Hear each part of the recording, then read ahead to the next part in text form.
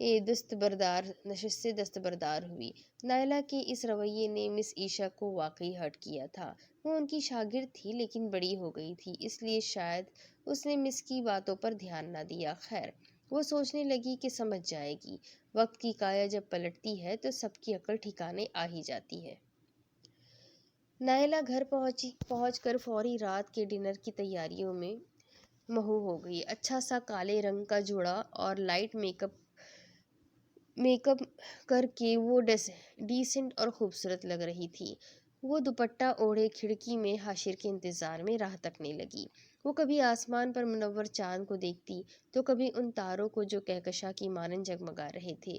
وہ اپنی تخیلاتی دنیا میں تاروں کی دلکشی سے لطف اندوز ہوتی اور ساسو ماں کو آگ لگانے کے کام پر سینہ چوڑا کرتی کہ بائک کی آواز پر چونکی۔ تمام صورتحال سے ناآشنا حاشر نیچے پیپ پیپ بجا رہا تھا۔ لیکن کون جانے اور کون بتائے کہ اس ڈنر کے بعد شکیلہ بیگم کے ہاتھوں حاشر کی پیپ پیپ بجنے والی تھی۔ نائلہ حاشر کو کھڑکی سے دیکھ کر فوراً نیچے بھاگی۔ نہ اللہ حافظ نہ فی امان اللہ، لڑکی آرام سے جاؤ، کیا کر رہی ہو تم؟ نائلہ کی والدہ پیچھے سے چیخ لگا کر کہنے لگی۔ لیکن نائلہ ان تمام چیخو پکار سے بے نیاز اپنے شریک حیات کو زیادہ انتظار کروانے کی بجائے اس کی طرف دوڑ پڑی۔ اچھا نا امی، پھر آؤں گی تو باتیں کریں گے، حاشر انتظار کر رہے ہیں نیچے۔ نائلہ بھاگتے ہوئے بس اتنا ہی بول پائی۔ ٹھیک ہے جاؤ، دھیان سے اترنا، امی پیچھے سے نصیحت کرنے لگی۔ نائلہ آنن فانن حاشر کے پاس پہنچی۔ نہ جانے اسے کیا خوف تھا کہ حاشر کسی اور لڑکی کو نہ دیکھ لے۔ توبہ، یہ عجیب خرافاتیں عورتوں کی۔ خیر، نائلہ بائک پر بیٹھتے ہی اپنا فرمائشی پروگرام شروع کرنے لگی۔ حاشر اسے دیکھتا ہی رہ گیا۔ ایک طرف تو وہ خوبصورت لگ رہی تھی اور دوسری طرف تابڑتوڑ جملے جو وہ ریسٹورانٹ کی شان میں کس رہی تھی۔ اب اس کے آگے کی سٹوری میں آپ کو اگلی قسط میں سناتی ہوں کہ آگے کیا ہوگا۔ یہ جاننے کے لیے میرے ساتھ بنے رہے، اگلی قسط میں پھر ملیں گے، تب تک کے لیے اللہ حافظ۔